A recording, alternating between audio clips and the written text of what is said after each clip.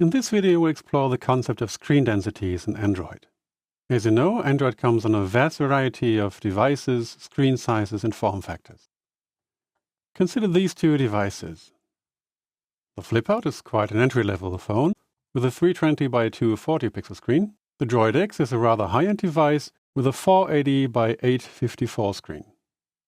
I've scaled the emulators so that they reflect their real proportions.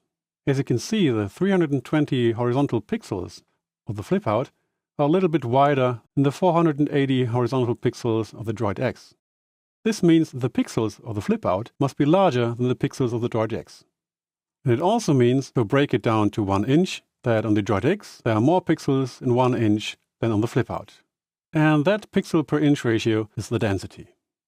You can calculate the exact density of a device by dividing the dimensions through the number of pixels. Now imagine you want to display a screen element which is exactly 100 pixels wide.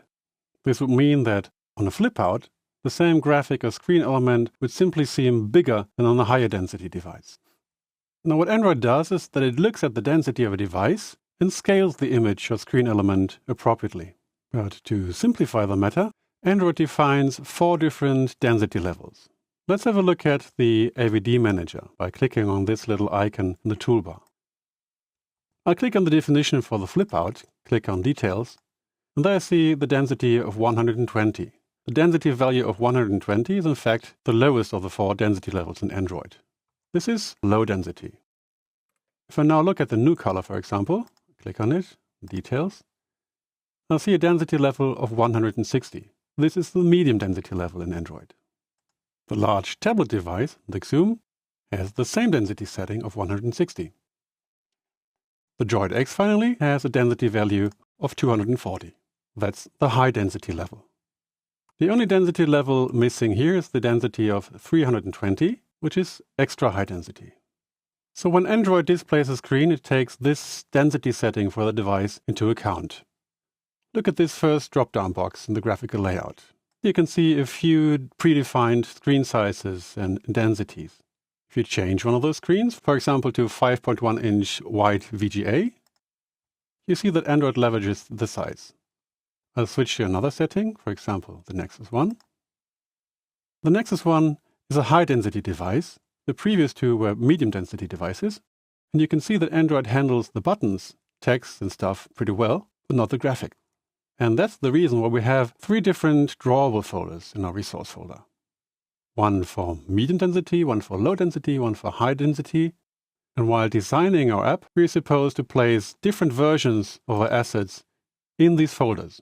The MDPI folder is a little crowded because, by definition, the default density for Android devices is medium.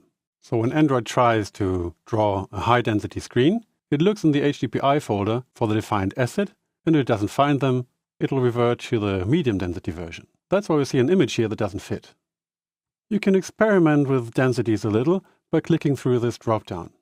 If you want to know details about those definitions, click on the drop-down box and select Custom, and then you'll see the density definition for the respective device. Like here, low, medium, and high.